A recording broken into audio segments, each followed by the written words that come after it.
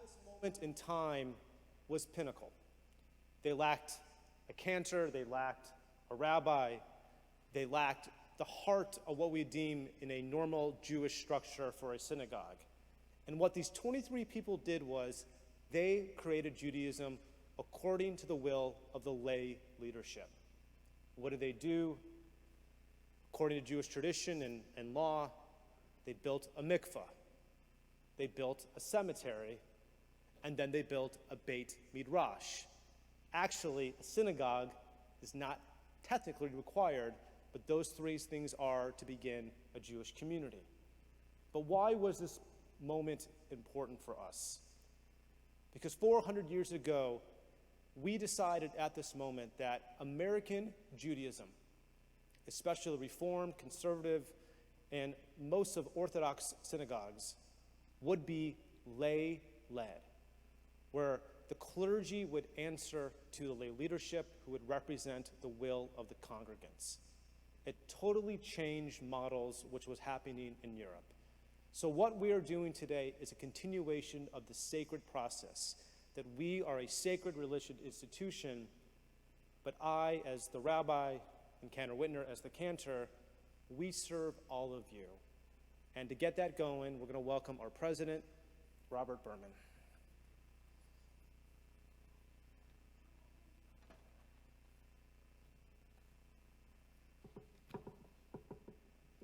Good Shabbos. I am Robert Berman, and for the past year, I've had the privilege to serve as our temple's president. It is now just after 5 o'clock. I call our annual congregational meeting to order and extend a warm welcome and thank you to all joining us this evening. Almost a year ago, I stood here with a handful of people present and said next year we will be together for our annual meeting in our gorgeous sanctuary. While in-person capacity remains limited, every available seat tonight is filled. We are here. We opened our sanctuary in March and have expanded the number of congregants able to attend as guidelines have allowed. Congregants have loved returning as we knew they would. Last May, there were no in-person B'nai Mitzvahs. This year we have 3. And this past weekend we celebrated consecration and confirmation in the sanctuary. How wonderful that once again, May is a busy month at Temple. Our path to reopen has been guided by our COVID task force. Formed in the early fall, this group has worked tirelessly to develop a plan that put the safety of our congregants first and foremost. I offer tremendous thanks to our task force and will continue to call on them until we reach our ultimate new normal. Under Rabbi Wright's leadership, our temple staff has ensured the temple remained open and operational throughout the pandemic. We never closed. We've named babies, buried loved ones, celebrated marriages and B'nai Mitzvah, visited the ill. We have cutting-edge programming. We've educated young and old. We practiced Tikkun Olam. Life has gone on. Last year, I spoke of tailwinds, winds that would propel us through 2020. Just 2 weeks after our meeting a year ago, we welcomed Rabbi Whitner as our cantor. If you've not heard cantor in person, I urge you to sign up for a Shabbat service, volunteer to usher, and hear cantor fill our sanctuary with song. It is incredible. We have upgraded our virtual worship experience, and now we have viewers worldwide. We have instituted a once-a-month Shabbat hike. We have improved our financial position and are presenting a preliminary balanced budget tonight. Our outreach efforts continue to be successful in that we met with almost 160 of you to learn what you need from our temple and to ask for your increased financial support. We have been successful in both endeavors, and you have my heartfelt thanks. We changed new holiday prayer books, and the feedback has been nothing but positive. We repurposed our Discovery School space into what will become a beautiful home for BHEC and all who visit. We rebranded our logo and upgraded our website. We have grown Temple Circles to more than 100 participants in groups that are from learning to cook to reading plays. And of course, we welcome 2 little new Wrights, Maisie and Teddy, to our Temple family. To many of us, community involvement is key to Jewish life in Birmingham. Today, we are in the final planning stages of Birmingham's Hebrew High School. This is a community-wide program designed to bring our teens together to meet, interact, learn, and have fun. The program will be held at the N.E. Miles Jewish Day School. Birmingham Jewish Federation is providing funding. Last year I spoke of not being tied to doing the things that we have always done in the past. I'm pleased to share that we haven't. Though the restructuring of the temple staff has been a bit challenging, it has also been incredibly successful. We created the Director of Accounting and Facility Manager positions. We added duties to the Director of Membership and Engagement. When Rabbi and I speak, we use the phrase, keep your foot on the gas. Keep changing, keep challenging, keep doing things differently that we continue our forward progress. Tonight I didn't mention many names in fear of leaving someone out. However, I do want to take a moment to extend a special thank you to our accompanist, Paul Mosteller. Paul has decided to retire at the end of this year. Paul, on behalf of our entire Temple Emanu-El family, we thank you for your 26 years of service. What is a service at Temple Emanu-El without Paul on the piano, the organ, or the keyboards? I know that some of you know, but I don't. Speaking of services, Temple needs you, our congregants, to volunteer as an usher for Friday night and select Saturday morning services. Please sign up on the website or simply call Temple. In closing, I want to thank you for allowing me to serve as Temple President. I am not sure that I can tell you what will be different this time next year, but rest assured we will be different. We will be better. That I can assure you because your board and your Temple staff are committed to it. Shabbat Shalom.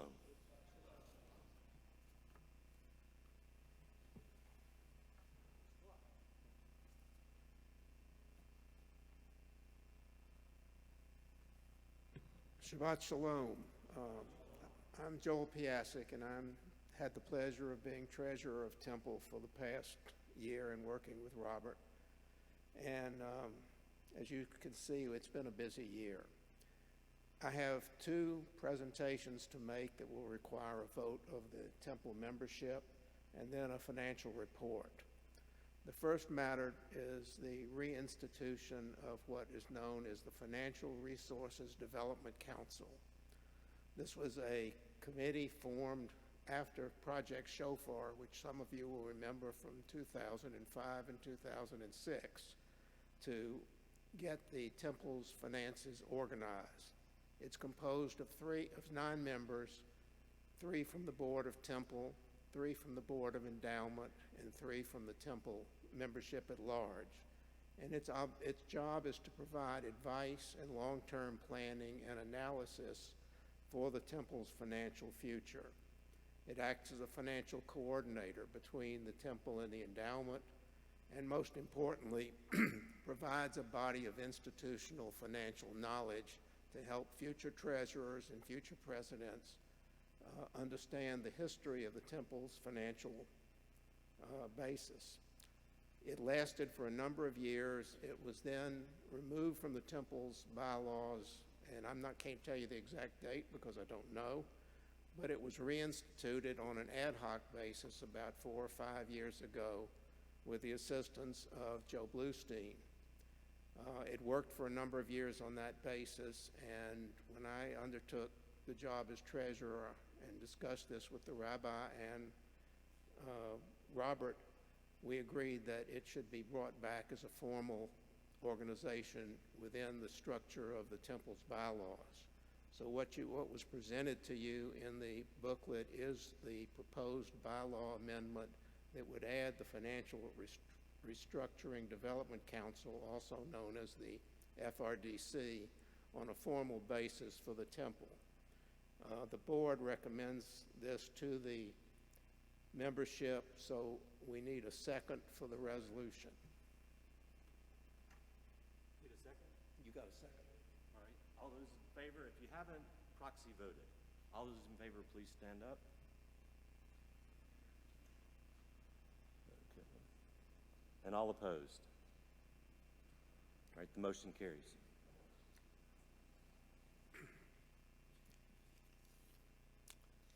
The second matter I have to bring before the membership is the continuation of Rabbi Wright's contract. When he was first engaged by the Temple, his contract provided for a 3-year initial term and that would have ended in June 30, 2022, and an option to extend it for 2 more years through June 30, 2024. All of the discussion was outlined in Robert's earlier letter to the membership, but we had the opportunity to meet and discuss continuing his contract, and the proposal is to amend the basic term to go through June 30, 2025. That adds an additional 2-year, and with an additional 2-year extension option through June 30th, 2027.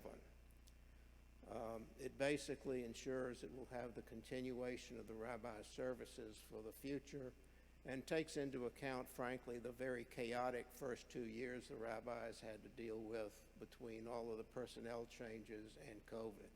So it is a unanimous recommendation from the board of directors of the temple to amend the rabbi's contract to extend it through June 30, 2025, with an additional 2-year option through June 30th, 2027. So we need a second. All those in favor, if you haven't proxy voted, please rise. And all those opposed? All right, the motion carries. Every time there's a vote like this, I'm reminded of a cartoon I saw one time of a gentleman standing at the front of his big board meeting, everybody in their suits, and he was standing at the front. He said, "All those not in favor signify by saying, 'I quit.'" Financial report. Well, we've been on a journey for the last few years financially at the temple. I want to start by saying thank you to the endowment, to the sisterhood, to the brotherhood, but most importantly to all of the members of our congregation who make temple's financial security one of their primary goals in life. Without you, we couldn't have this temple, this rabbi, this cantor, and this beautiful facility. We are approaching the fiscal year end pretty much exactly where we thought we would be, within $7,000 or $8,000 of our budget. It was a hectic year, absorbing the personnel changes. We had a lot of changes wrought by COVID. As the report indicates, we lost some members during COVID. We had some members who had financial difficulties. No one who wanted to continue membership was denied membership in the temple. We made up for a lot of this loss of revenue through a grant from the state and through an additional grant becoming available from the endowment. So basically, we ended up the year financially exactly where we thought we would be. For this coming year, starting July 1, we are doing a preliminary budget. And why? Because there are still a lot of moving parts that we cannot figure out yet. We still have access to some PPP funding, but we have not finalized that amount. As you know, we are seeking to hire a new director of education. That is an ongoing process. We are still going over the expense determination that will be focused on when the temple opens up fully again and can have events and affairs like we've had in the past. So the budget that you saw in the materials that were distributed for the meeting is a preliminary budget. It was approved by the board, and after the end of the fiscal year, when some of these more variables are known, we will revise the budget and come back and report on a final budget to the committee. During the past year, we did another updated capital report to determine the needs of this building. And we know we are facing two significant capital requirements. One is going to be the air conditioner chiller, and then at some point in the future, the roof on the new building, which is around 20 years old at this point, and we're told that around 25 years, that's when we will need to do some repairs or replacements. So one of our goals for this year is to increase the capital improvement fund to accommodate these two needs when they occur. The other is to, while our operating funds have been fairly static through this year at slightly in excess of $300,000, best practices for nonprofits is to have 3 months operating funds, so we need to increase our operating capital another $150,000. That's not going to happen in 1 year, but it's on the planning stage to occur over a period of years. Overall, our goal is to manage our expenses conservatively, consistent with meeting the obligations we have to the congregation, and in time to increase these funds and to continue to operate in a financially responsible basis. I'm open to any questions that I can answer about the budget or the needs. Yes. So in this past year, did we have less expenses because a lot of things were closed? And also, you said we got money from the state. Did we also already get any PPP from the federal government? Okay. We received an initial grant of approximately $260,000 of PPP funds. We allocated a little over $100,000 of that to salaries that were incurred in connection with closing the Discovery School. We have around $160,000 remaining in that account, which we have not utilized, and our accountants and our financial director are going over that issue right now to see whether or not we can have access to those funds and that they will be forgiven. So there is that opportunity, but that's one of the open items. What was your other question? Oh, the state. Yeah, we got $15,000 from the state as a grant. You said nobody was denied membership. So did we have less dues come in this year? We have less members, or the same number of members? Dues were down, and that even took into account the increases that were generated by the task force meeting with 160 members. But that was to be expected because of the pandemic. Yes? No, we have not replied for forgiveness. We have about 2 or 3 months before we have to do that. The PPP program from the federal government changed about 3 or 4 times during its existence. And so we are looking at a 24-month period of use, but we have not undertaken to apply any of those funds yet. That's what we're looking at right now. I'm optimistic.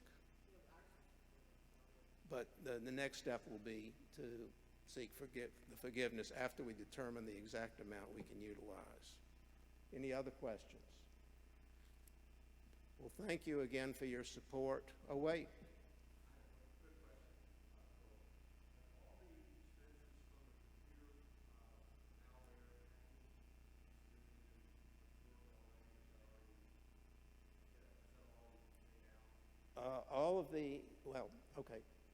We had insurance that covered all of the expenses incurred by the hacking except for our $10,000 retainage. We have received about $36,000 in reimbursement so far, and I think we just sent in another request for $2,000. But to my knowledge, we have either paid and or gotten reimbursed for all of the expenses incurred. And the system is up and running properly now, which is the most important thing. Any other questions? Thank you all.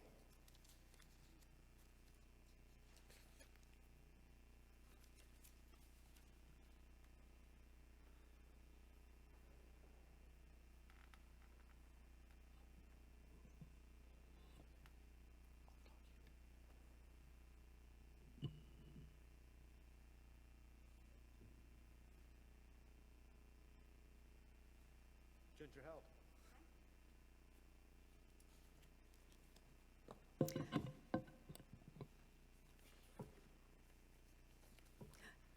Good evening. Even though the COVID-19 restrictions were still in place during this last year, your Grafman Endowment Fund Board has remained steadfast in its mission of growing its funds to benefit Temple now and in the future. We never could have imagined that Rabbi Wright and Cantor Whitner would continue to conduct Shabbat services looking out into the empty pews in this beautiful sanctuary. As Rabbi Wright remarked in his Rosh Hashanah message, our Temple Emanu-El blanket will always lend comfort to those that are in need of lifting up. And how are we able to provide this blanket? Through the many generous donors that have entrusted the Grafman Endowment Fund with the task of perpetuating the values that they hold so dear. We are grateful to each of you for your support of our endowment fund.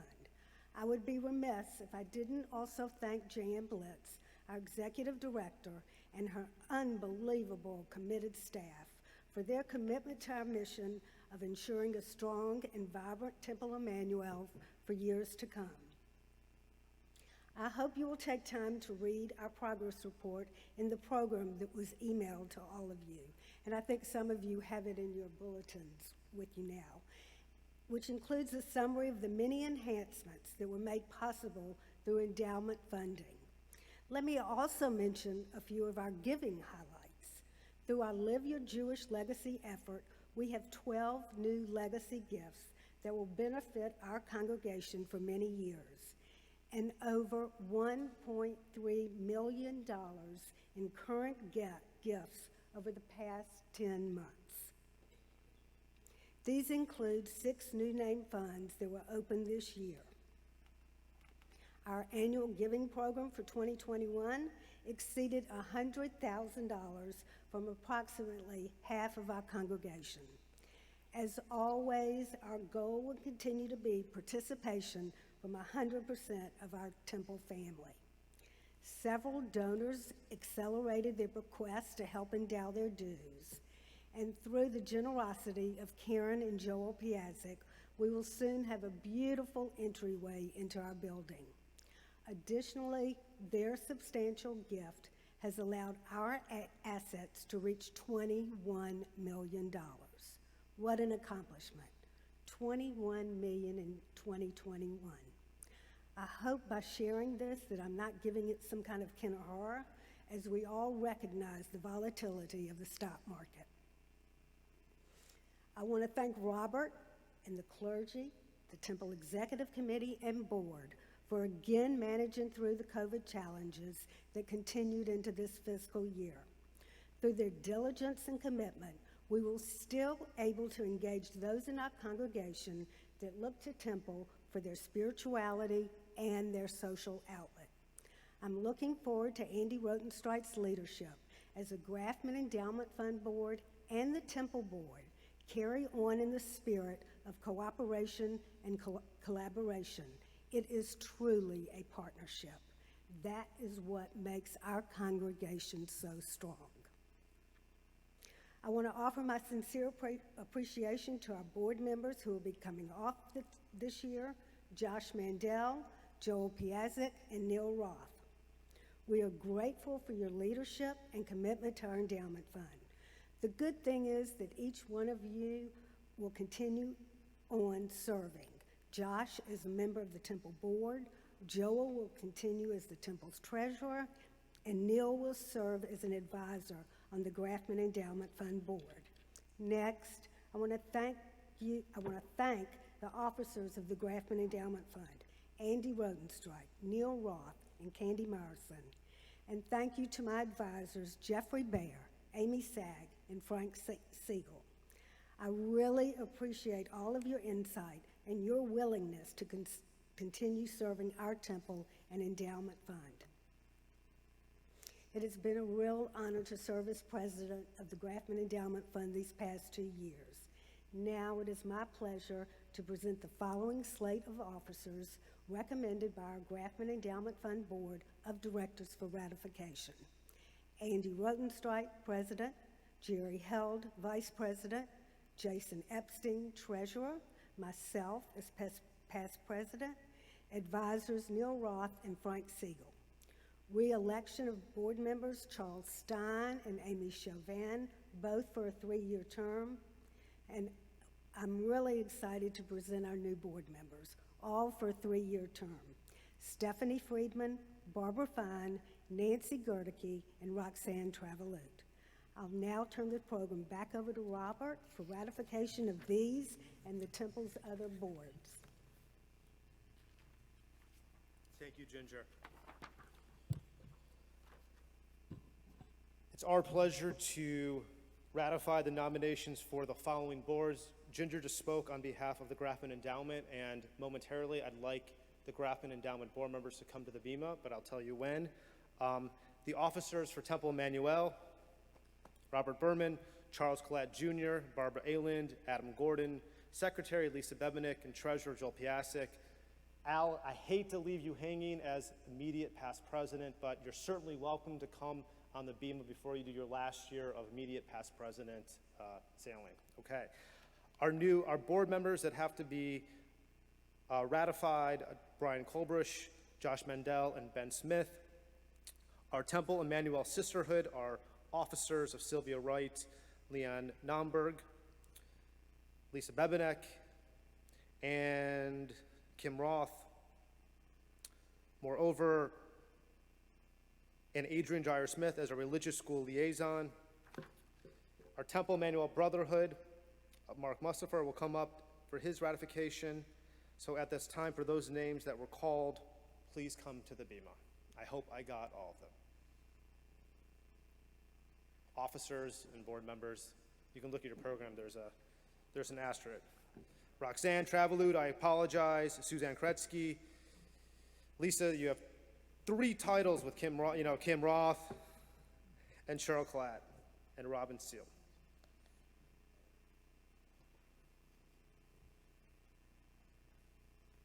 Okay, who's ready to read Torah? I'm just kidding.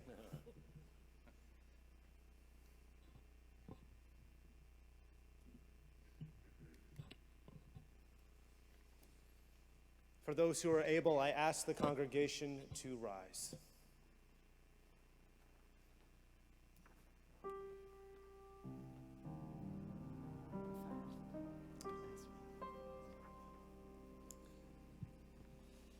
Every generation has been brought to the foot of the holy mountain by its leaders, men and women of pure heart and shining vision in quest of blessing for humanity.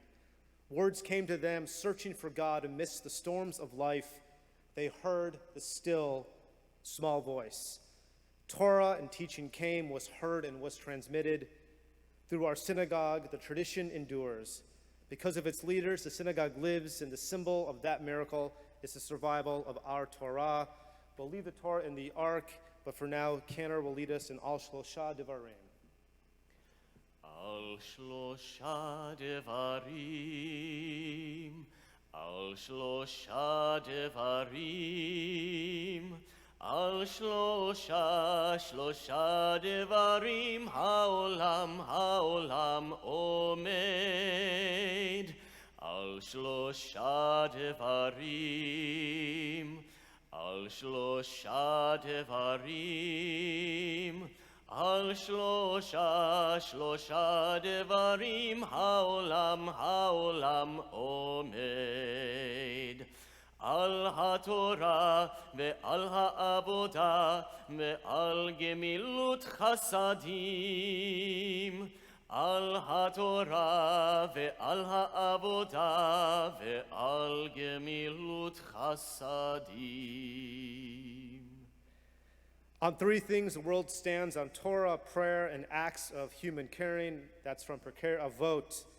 Our great rabbis teach us that Moses received the Torah on Sinai and transmitted it to Joshua, Joshua to the elders to the prophets passed it on to the leaders of the great synagogue. And from that day, our Torah has been held aloft by gentle yet committed hands of leaders of all synagogues, be they great or be they small.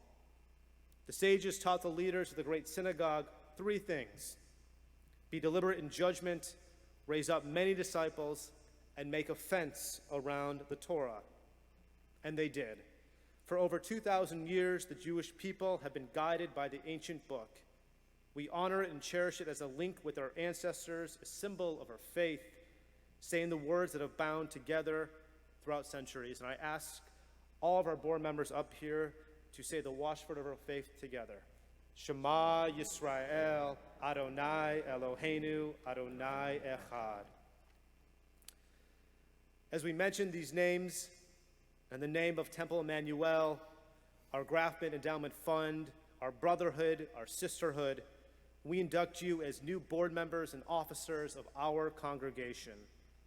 In your assumption of the duties of your office, you affirm the ancient democratic tradition of the Jewish people that the synagogue belongs to the congregation and serves the community. It is not the private domain of any special group which has a right to aggregate to itself exclusive authority to study, to teach, and to transmit the Torah. Your installation in office testifies to the strength of this tradition. You present the congregation. We, its members, speak to you and through you. Your responsibility is our responsibility. Our portion and our community destiny is your portion. May the congregation at its highest and best ever speak through you. May the future of this synagogue be safeguarded by your labors and by your loyalty. Together we say, Amen. Amen. You have come to a position of honor in the life of our historic temple. We would normally place your hands with the Torah, but your welfare becomes your special responsibility, the overseeing of its work, a particular task. May the spirit of Jewish life touch your labors, and may the harvest of your service be abundant in blessing for others and enrichment for yourselves. And once more we say, Amen. and we're all going to do our best for those who are comfortable that get a little bit closer to the Sefer Torahs. We're going to give you the blessing that's been with our people throughout all of ages. May these words forever be you comfort and strength. Tanner. Yevarechecha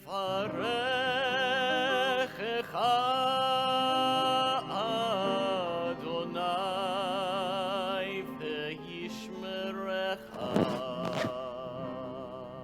May God bless you and forever protect you. Ya'er Adonai panav elecha v'chuneka. May God's face shine upon you, and may God forever be gracious to you. Yisa Adonai panav elecha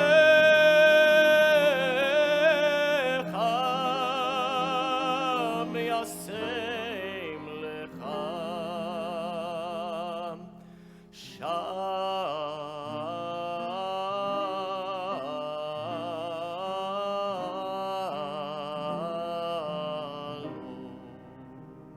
Shalom. And once more, when moments are difficult, when we face certain adversities in life, may God's face forever lift you up and forever bring you peace. Can you hear Ratzon? May it be God's will. Mazel tov, and thank you so much for leading our congregation. Yasher koach. Yasher koach. And with that, our annual meeting is adjourned. How you doing?